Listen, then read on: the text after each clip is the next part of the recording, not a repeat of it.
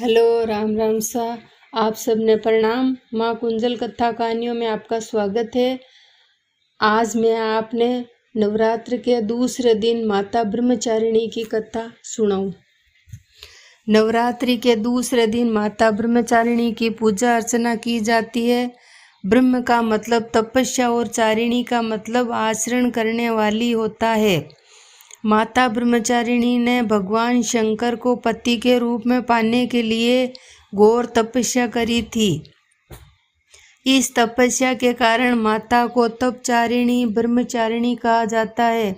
इसका शरीर अत्यंत तेजस्वी है और सफ़ेद वस्त्र पहने हुए, दाहिने हाथ में जप की माला लिए हुए, बाएं हाथ में कमंडल धारण किया हुआ है।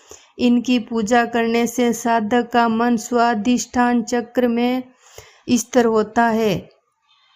अपने पिता दक्ष प्रजापति द्वारा किए गए भोलेनाथ के अपमान से क्रोध में आकर योगाग्नि में भस्म होने के बाद माता सती ने पर्वतराज हिमालय के घर पुत्री के रूप में जन्म लिया। या उनका नाम पार्वती या शैलपुत्री रखा गया।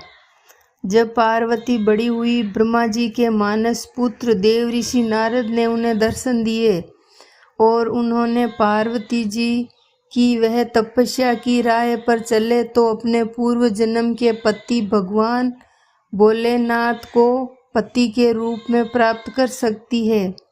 नारद मुनि के अनुसार भोलेनाथ को पति के रूप में पाने के लिए पार्वती जी ने घोर तपस्या करी। उन्होंने 1000 सालों तक केवल फल और फल खाकर तपस्या करी। 100 सालों तक केवल साग खाया।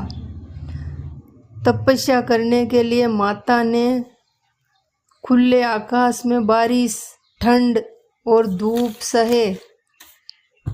इतनी कठोर तपस्या करने के बाद 3000 सालों तक धरती पर गिरे हुए बेल पत्रों को खाकर भोलेनाथ की पूजा अर्चना करी।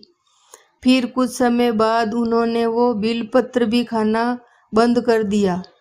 इसके बाद हजारों साल तक बिना कुछ खाए कठोर तप किया। इस तपस्या के कारण देवी का शरीर दुबला पतला और क्षीण हो गया।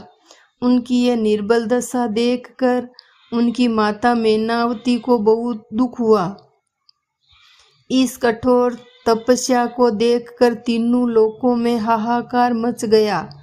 सभी देवता, ऋषि, मुनि और पुण्य आत्मा माता की तपस्या की सराहना करने लगी।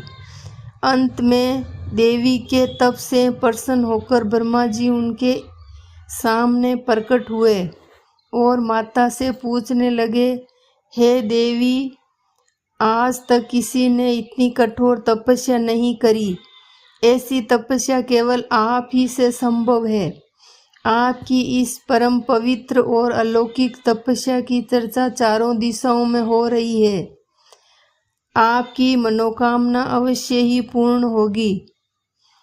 आपका विवाह शिव शंकर से ही होगा और वही आपको पति के रूप में प्राप्त होंगे। अब आप इस तपस्या को पूर्ण करें और घर लौट जाएं। कुछ समय बाद माता को भगवान शिव पति के रूप में प्राप्त हुए। इस तपस्या के कारण ब्रह्मा जी ने माता का नाम ब्रह्मचारिणी रखा।